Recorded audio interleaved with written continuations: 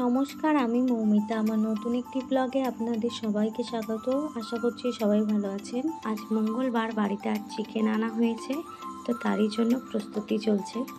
এদিকে আলু কেটে রাখা আছে আর ওদিকে ডাঁটা আলুর তরকারি হবে সেটা। আর এখানে একটু মাংসতে হলুদ তেল মাখানো আছে। আর এই যে দেখুন, এটা আমাদের গাছের আম। অনেক আম পড়েছে, একবার বৃষ্টি হয়েছিল তখনও পড়েছিল, তো অজস্র আম ঝরে ঝরে পড়ছে। আর এই কটা দিন আমাদের এখানে এত হনুমানের উৎপাত বেড়েছে। আর আম গাছ দেখলে তো জানেনই ওদের কীরকম অবস্থা, তো ভেঙে চুরে একদম খেয়েটে একাকার অবস্থা।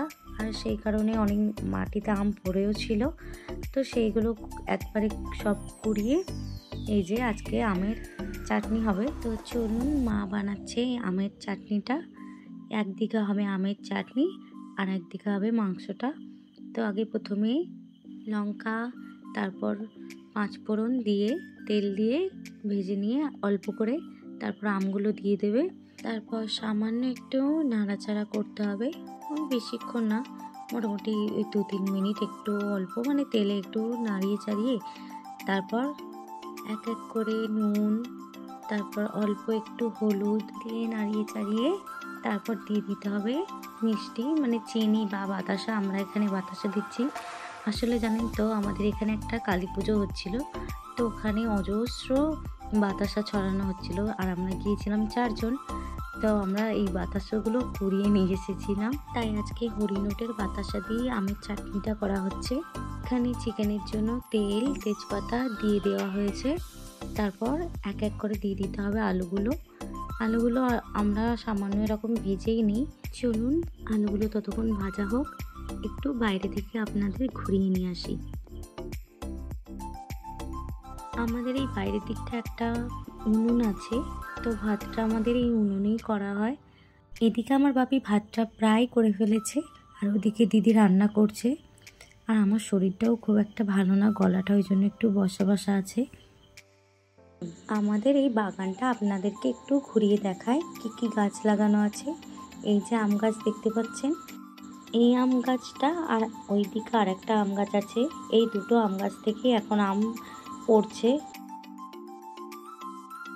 এই আম গাছটাতেও এবারে বেশ ভালোই ফল এসেছে।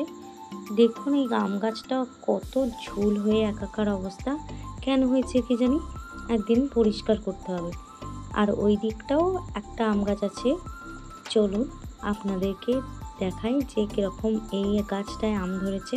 আমাদের এই আম গাছগুলো কেন কি জানি 1 বছর ফল হয় আর 1 বছর ফল হয় না।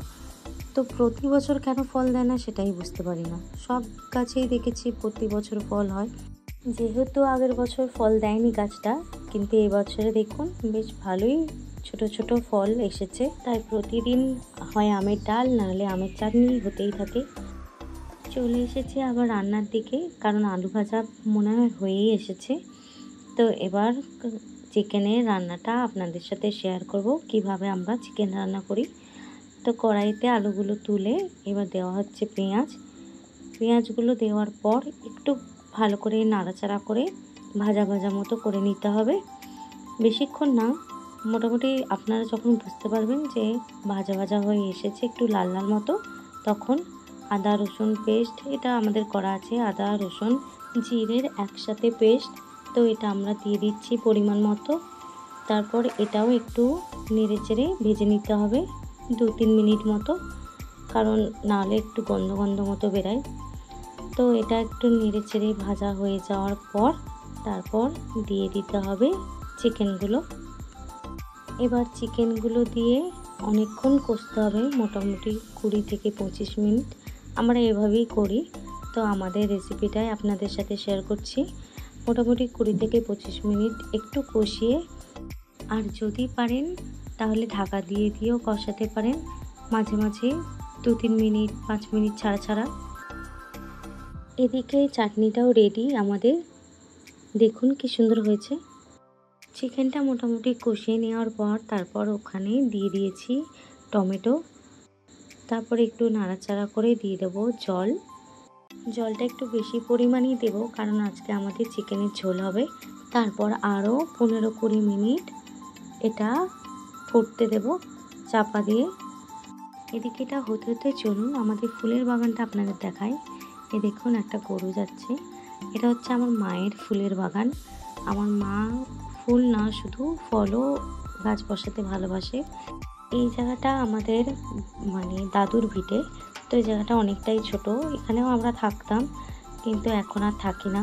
দেখুন এই গাঁদা গাছটা একদম শুকিয়ে গেছে, যেহেতু এগুলো শীতের ফুল গাছ না, তো এগুলো প্রায় অনেকগুলো গাছই শুকিয়ে গেছে। এখানে পেঁপে গাছ, তারপর কুমড়ো গাছ, তারপর একটা লেবু গাছ এই যে, আর তারপর এখানে করলা গাছ, তারপর লঙ্কা গাছ, তারপর আমার মা তো আবার এখন কালমেঘ পাতা গাছও নিয়ে এসেছে, লাগিয়েছে।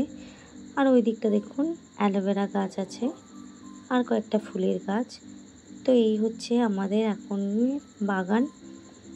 আমার মা ভালো করে এই গাছগুলো বসিয়েছে, যত্ন নেয়, প্রত্যেক দিন জল দেয়।